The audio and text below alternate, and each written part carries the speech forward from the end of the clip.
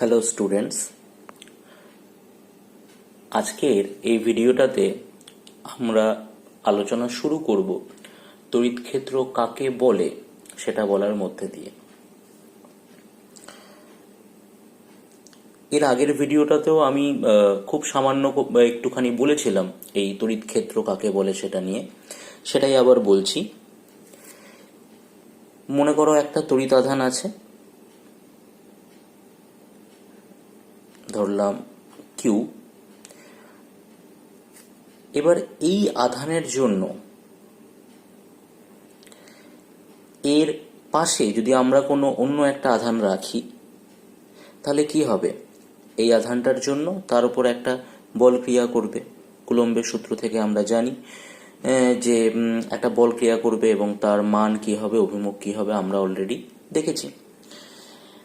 তো এই আধানের চারপাশে এমন একটা অঞ্চল থাকবে যে অঞ্চলের মধ্যে যদি কোনো ক্ষুদ্র তড়িৎ আধান রাখা যায়, তাহলে সেই তড়িৎ আধানটি কি হবে?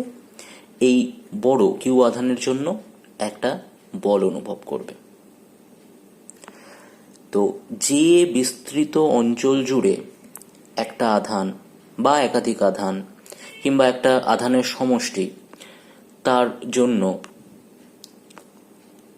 একটা প্রভাব অনুভূত হয়, সেই ক্ষেত্রকে বলা হয় তড়িৎ ক্ষেত্র।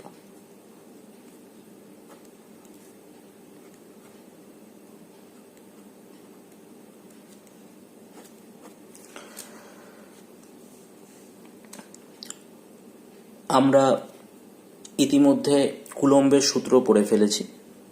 তো আমরা জানি যে যদি দুটি বিন্দু আধান থাকে পরস্পর থেকে আর দূরত্বে, তাহলে তাদের মধ্যে ক্রিয়াশীল বল কত হবে? F সমান সমান 1/4πε0 into Q1 Q2 by R square. এবারে মনে করি Q2 সমান সমান 1 একক।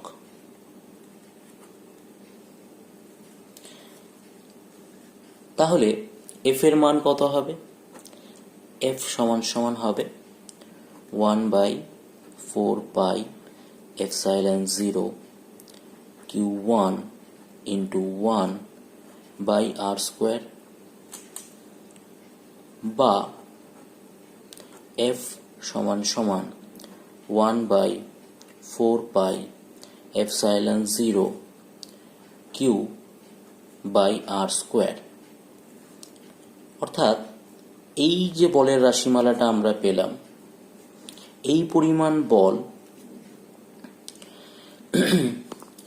একটি একক আধান যদি কিউ এর ক্ষেত্রে থাকে তাহলে সে অনুভব করবে।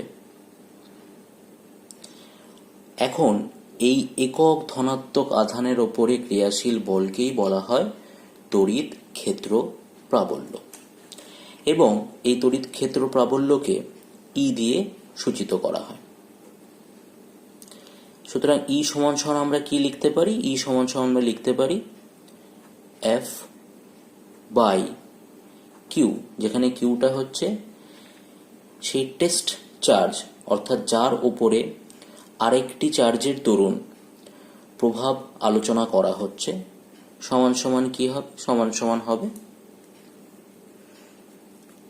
1/4πε0 Q1 বাই R স্কোয়ার। এখন এই ই,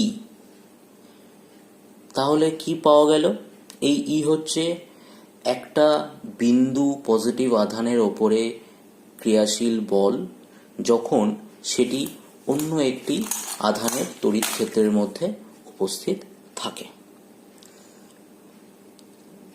যদি ছবি আঁকি তাহলে ব্যাপারটা এরকম দাঁড়াবে।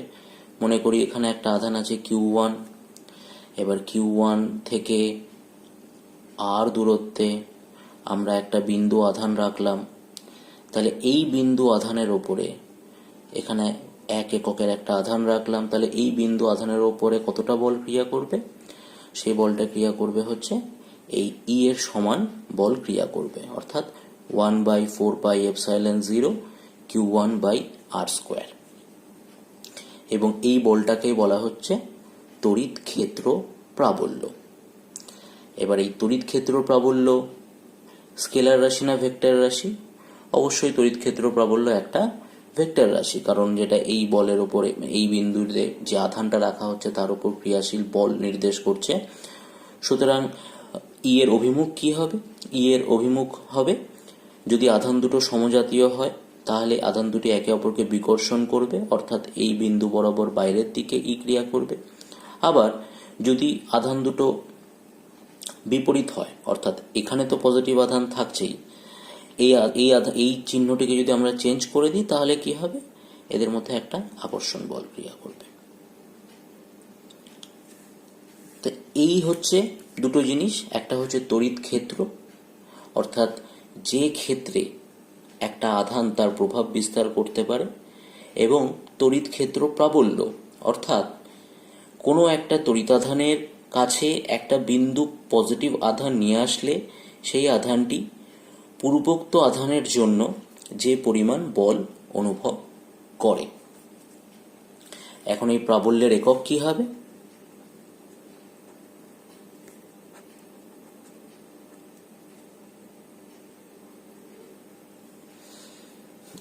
প্রাবল্য অর্থাৎ একটি বিন্দু আধানের ওপরে ক্রিয়াশীল বল।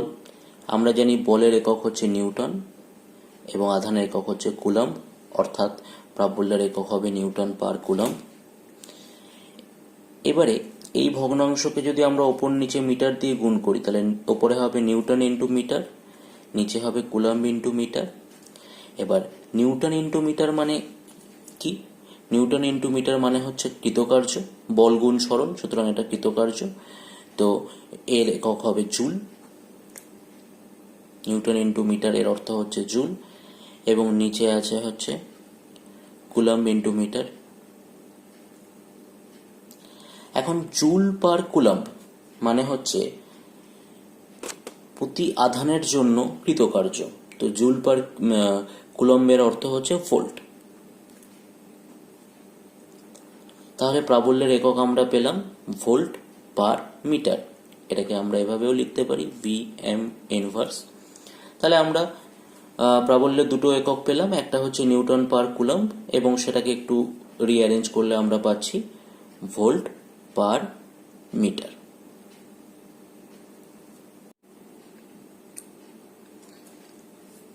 এতক্ষণ পর্যন্ত আমরা আলোচনা করেছি যে যদি দুটি বিন্দু আধান একটা নির্দিষ্ট দূরত্বে স্থির অবস্থায় থাকে তাহলে তাদের মধ্যে ক্রিয়াশীল বল কত হবে।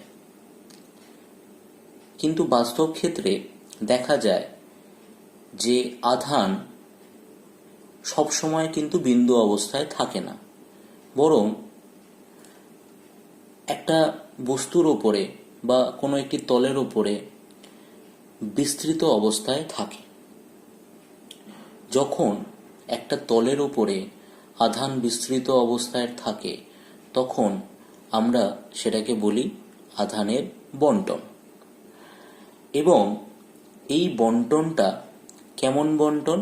এই বণ্টনটা হচ্ছে নিরবিচ্ছিন্ন, অর্থাৎ যদিও আধান কোয়ান্টাইজড কিন্তু সেই আধানগুলো সেই তলের ওপরে এমন ঘন সন্নিবিষ্টভাবে থাকে যে আমরা সেটাকে একটা নিরবিচ্ছিন্ন আধানের সমষ্টি হিসেবে চিন্তা করতে পারি। এখন প্রশ্ন হচ্ছে এই ধরনের আধান বণ্টনের ক্ষেত্রে আমরা কুলম্বের সূত্রটা কিভাবে প্রয়োগ করব এবং কিভাবে এরকম আধান বণ্টনের জন্য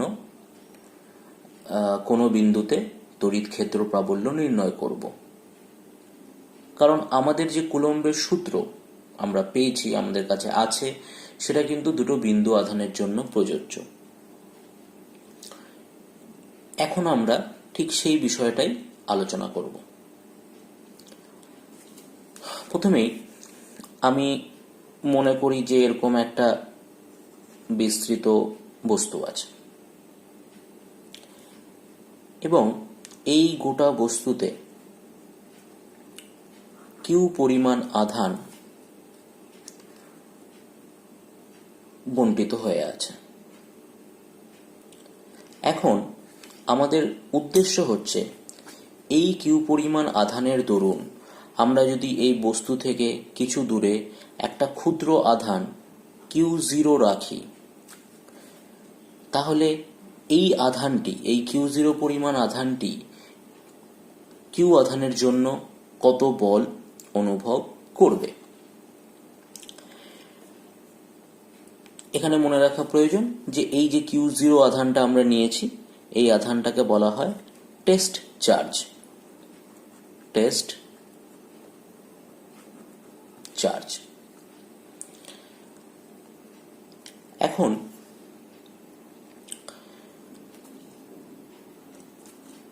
আমরা কল্পনা করতে পারি যে এই কিউ আধানটি এই গোটা বস্তুটার ওপরে যখন ছড়িয়ে আছে, তখন এই বস্তুটার ওপর যে কোনো একটা ক্ষুদ্র ক্ষেত্র যদি আমরা নিই, সেই ক্ষেত্রে সামান্য পরিমাণ আধান আছে। আমি মনে করি সেই আধানটি হচ্ছে dq পরিমাণ। এখন এই কিউ এর মান কিন্তু অনেক বড়, এবং যে dq আমরা কল্পনা করে নিচ্ছি সেই dq এর মানটা কিউ এর তুলনায় অনেক অনেক ক্ষুদ্র, এবং এই dq খুব ক্ষুদ্র হওয়ার কারণে আমরা এই dq কে কিন্তু একটা বিন্দু আধান হিসেবে ধরে নিতে পারি। এবং যদি আমরা dq কে বিন্দু আধান হিসেবে ধরে নিই, তাহলে কিন্তু আমরা খুব সহজেই কুলম্বের সূত্র প্রয়োগ করতে পারি। অর্থাৎ এই dq পরিমাণ আধানের জন্য Q0 টেস্ট চার্জটি কি পরিমাণ বল অনুভব করবে, সেটা কিন্তু সরাসরি কুলম্বের সূত্র থেকে বের করে নেওয়া যায়। এবং সেই বলটি কত হবে? বলটি হবে কিছুই না, আমরা আবার কুলম্বের সূত্রটা লিখব 1/4πε0। Q1 এর পরিবর্তে লিখব dq, এর পরিবর্তে লিখব Q0 বাই, এদের মধ্যে একটা ডিস্টেন্স আছে মনে করি r, তাহলে r স্কোয়ার। এখন এই এফটা কি? এই এফটাকে আমরা df লিখতে পারি, তার কারণ dq আধানের জন্য আমরা df পরিমাণ বল পাচ্ছি। তো এখন আমরা এই সমস্ত বস্তুটাকে অসংখ্য dq এর সমষ্টি আকারে চিন্তা করতে পারি। আর যদি আমরা এটাকে অসংখ্য dq এর সমষ্টির আকারে চিন্তা করি, তাহলে প্রত্যেকটা dq এর জন্য, প্রত্যেকটা dq অংশের জন্য Q0 এর উপর ক্রিয়াশীল বল কত হবে? সেটা হবে হচ্ছে এই যে এক্সপ্রেশন df আমরা পেয়েছি, সেটাকে যদি আমরা q এর উপরে ইন্টিগ্রেশন করি, তাহলেই পেয়ে যাব।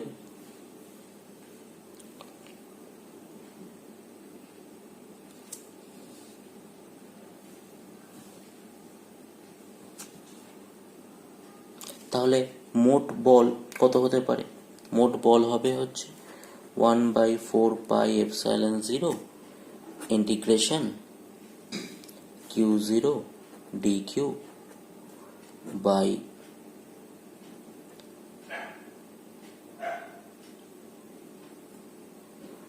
r cube into r vector.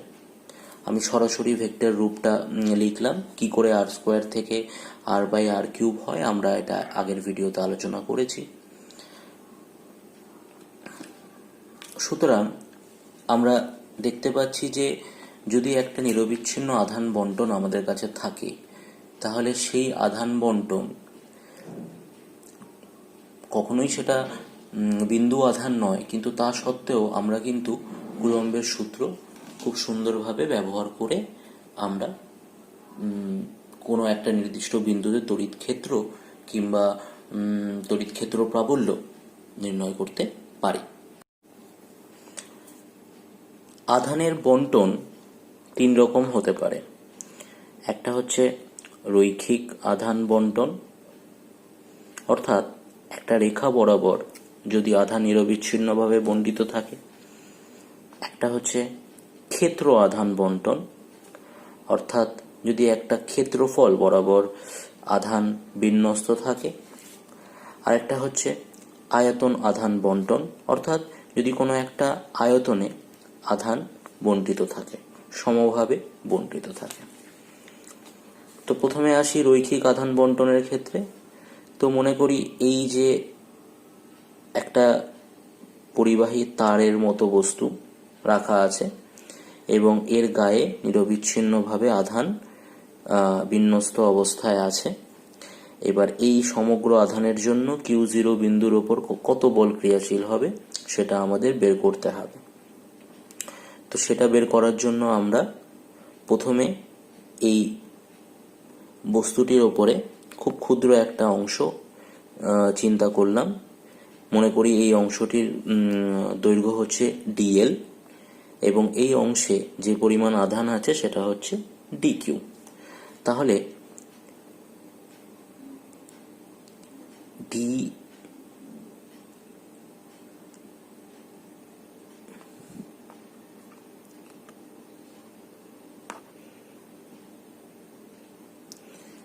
dl পরিমাণ আধান, dl দৈর্ঘ্যে আধানের পরিমাণ হচ্ছে dq।